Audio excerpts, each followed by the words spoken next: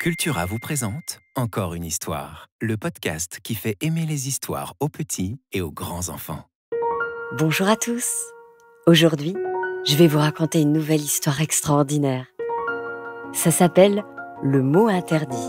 Texte signé Nicolas de Hirsching, illustration Jean Clavry, dans la collection J'aime lire chez Bayard Éditions.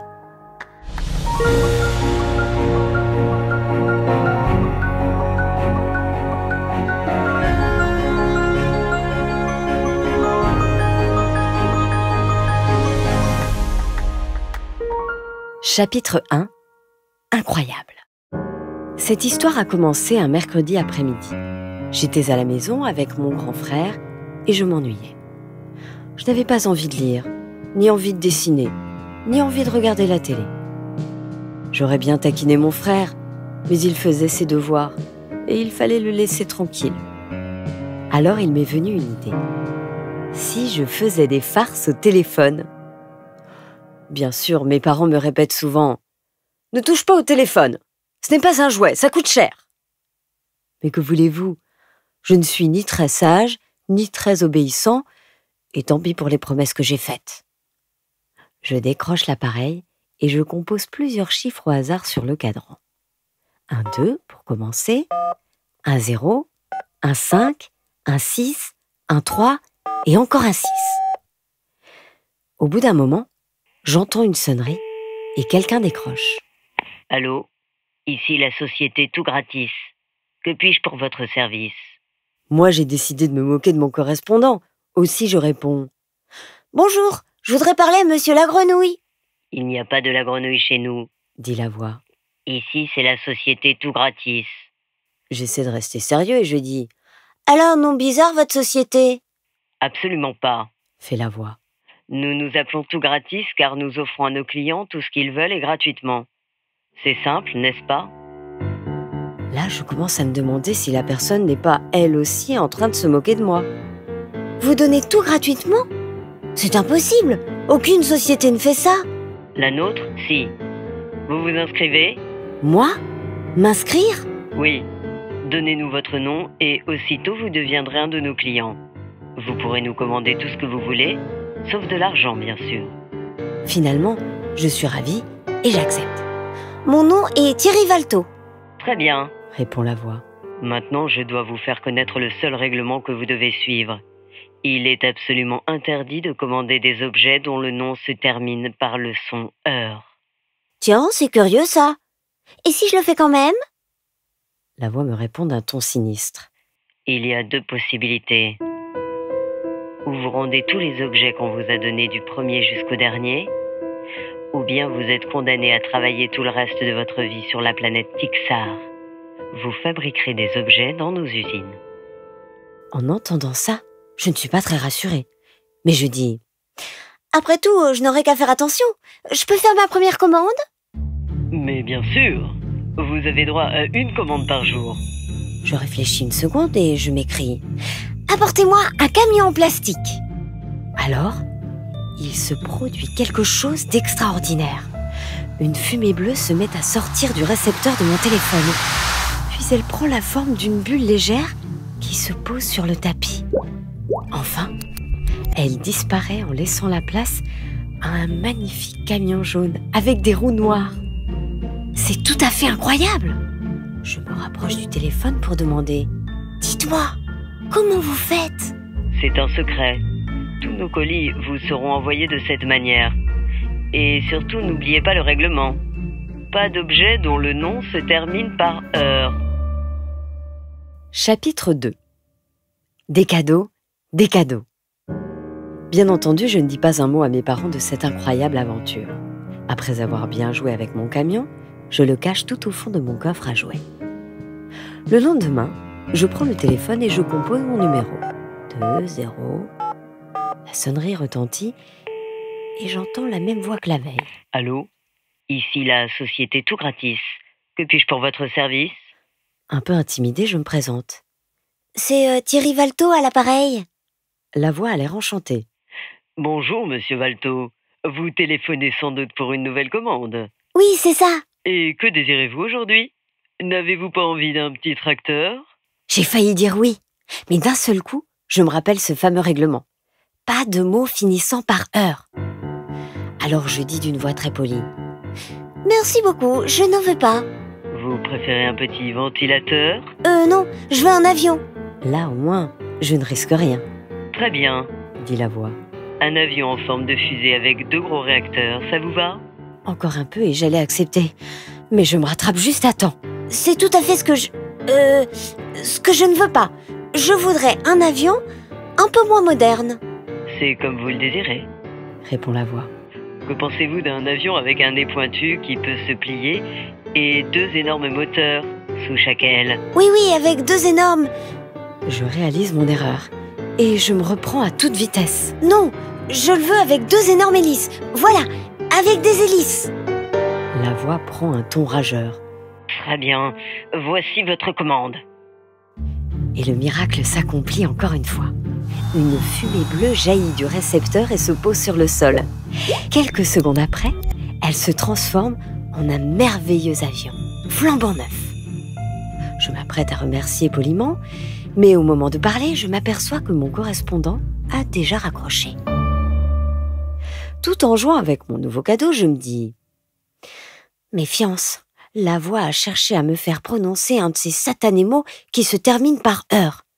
Il faut que je sois très prudent. » En effet, les jours suivants, chaque fois que je téléphone, la voix me tend des pièges en me disant Cela vous plairait d'avoir un déguisement d'explorateur? ou bien Je suis sûr que vous aimeriez avoir une mallette de docteur. Vraiment, vous n'avez pas envie d'une locomotive à vapeur? mais je me méfie. Jamais je n'accepte de cadeaux sans avoir longtemps réfléchi. Et jamais je ne me trompe. Mon coffre à jouets est déjà plein et je suis obligée de ranger les nouveaux jeux dans mon armoire ou sous mon lit. Ça ne m'empêche pas de téléphoner tous les jours pour redemander quelque chose d'autre. Après tout, pourquoi s'en priver puisque c'est gratuit? Et c'est si amusant. Enfin, c'était amusant avant. Car depuis, il m'est arrivé une chose terrible. Et maintenant, je regrette amèrement d'être devenue le client de cette méchante société tout gratis. Chapitre 3. Le piège. Imaginez-vous qu'hier après-midi, je téléphonais à tout gratis. Ah, comme je le regrette à présent. On décroche et je fais ma demande. Bonjour, je suis Thierry Valto et je voudrais une montre. Très bien, je vous l'envoie tout de suite. Répond la voix. Comme d'habitude, la petite fumée bleue jaillit du récepteur. Puis, une fois à terre, elle s'évanouit en laissant la place à une montre, toute ronde, mais d'aspect plutôt bizarre. À la place des 2 aiguilles, il y a un gros bouton qui occupe presque tout le cadran. J'examine l'objet avec beaucoup d'attention. J'appuie sur le bouton plusieurs fois, mais rien ne se produit. Inutile de vous dire que je suis très en colère. Je reprends le téléphone et j'appelle la société tout gratis. Je crie « C'est Thierry Valto. Dites-moi, qu'est-ce que c'est que cette cochonnerie que vous m'avez envoyée ?» Cochonnerie?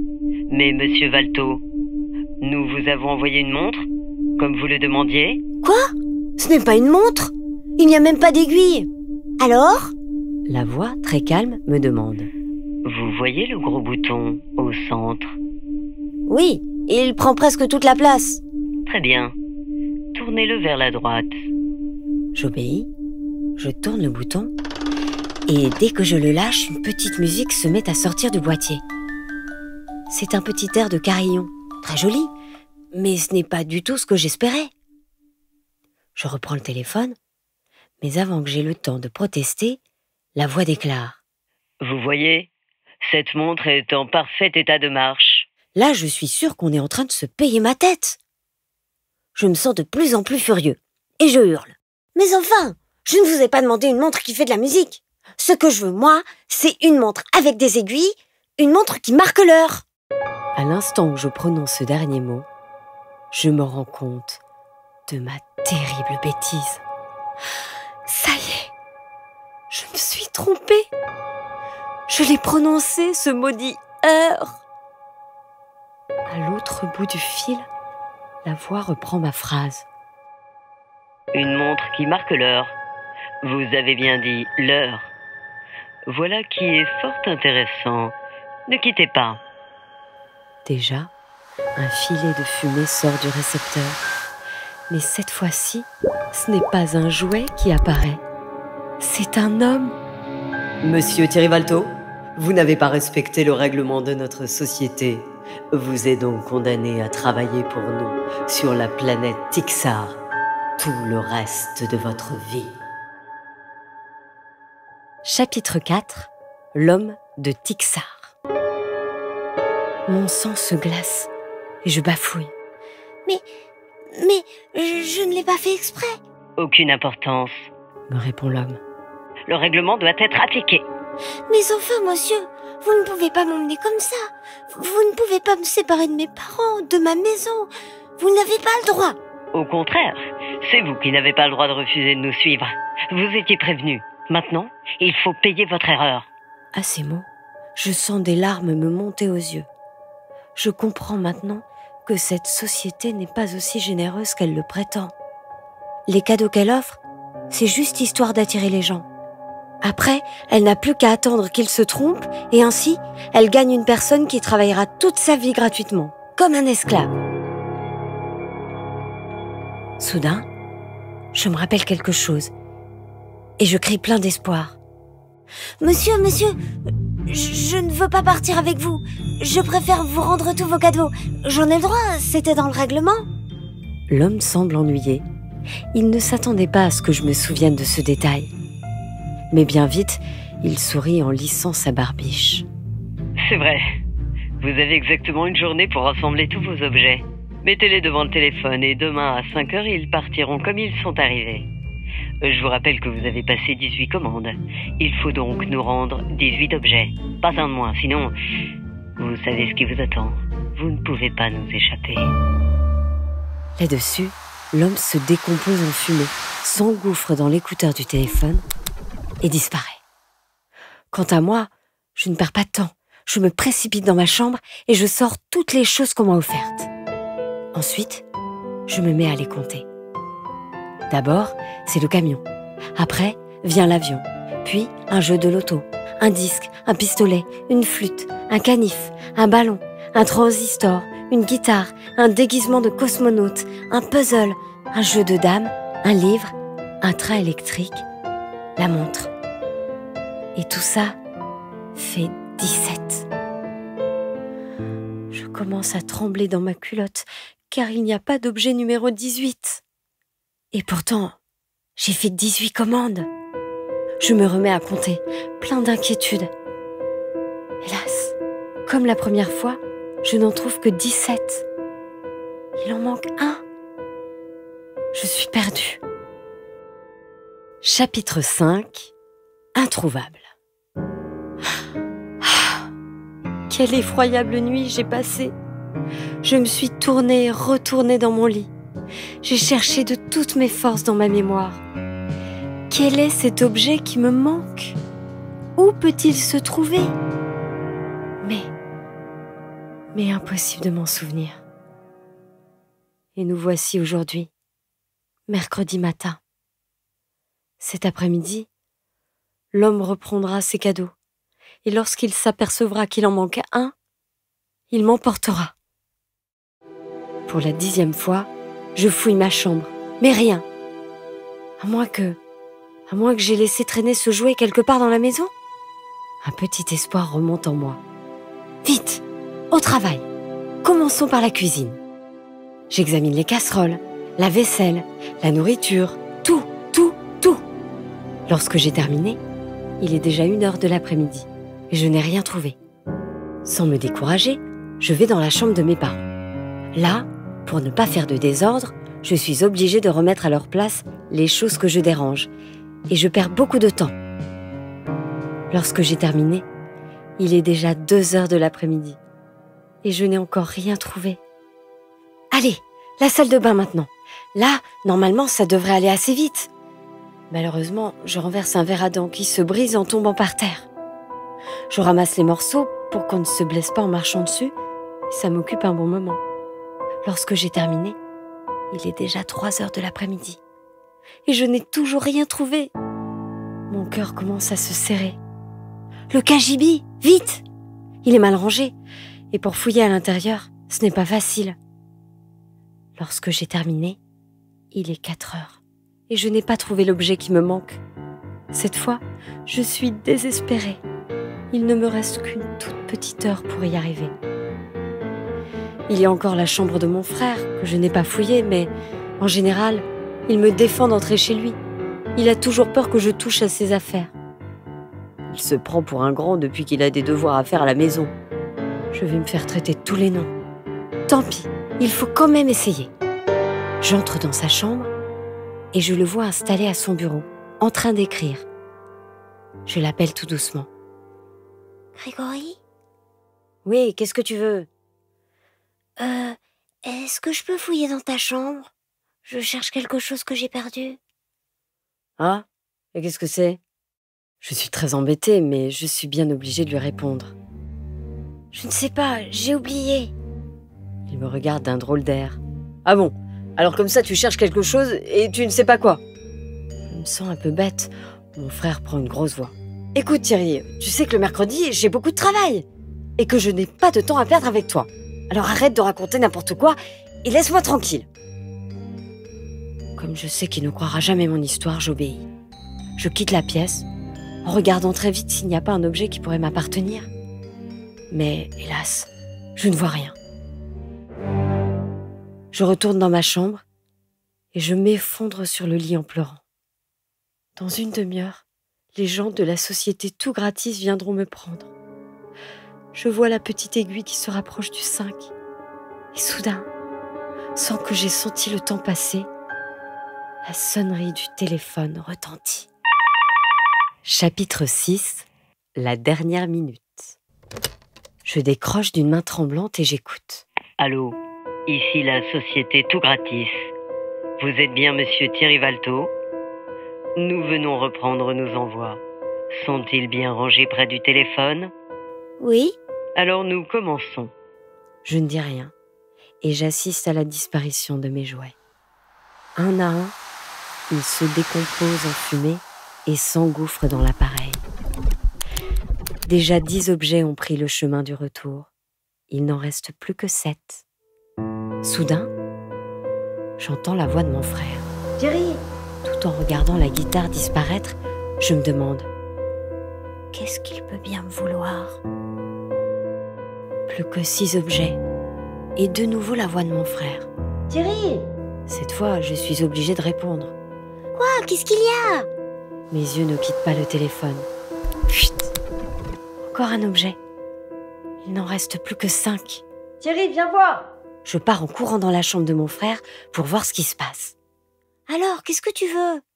Dis-moi, tu n'as pas une cartouche de rechange pour ce stylo? Je lui réponds. Bien sûr que non. Pourquoi est-ce que j'en aurais une? Eh bien parce que c'est un stylo que j'ai trouvé dans ta chambre. Et tout en disant ça, mon frère me montre un magnifique stylo que je reconnais immédiatement. C'est lui! C'est un des objets que j'ai commandé. C'est celui qui me manque. À toute vitesse, je prends le stylo des mains de mon frère et je cours vers le téléphone. Le dernier cadeau vient à peine de disparaître.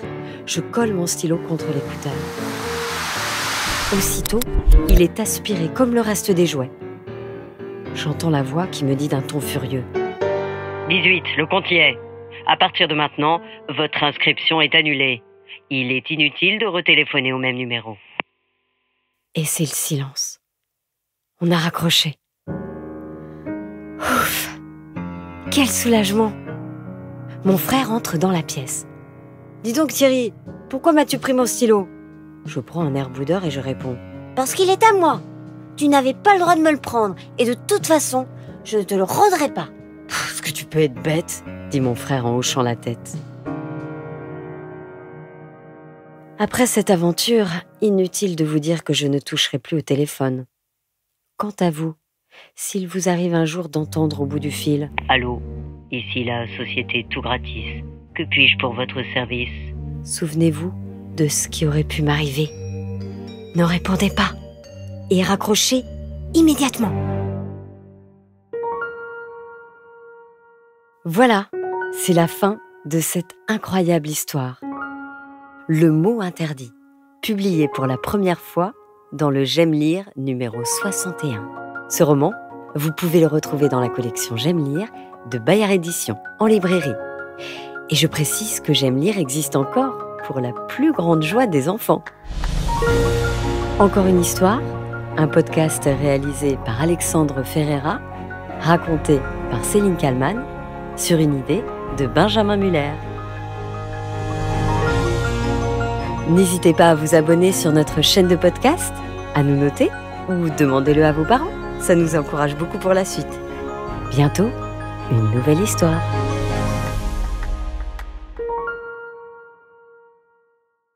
Cultura vous a présenté Encore une histoire. Pour continuer à rêver en attendant la prochaine histoire, rendez-vous sur cultura.com.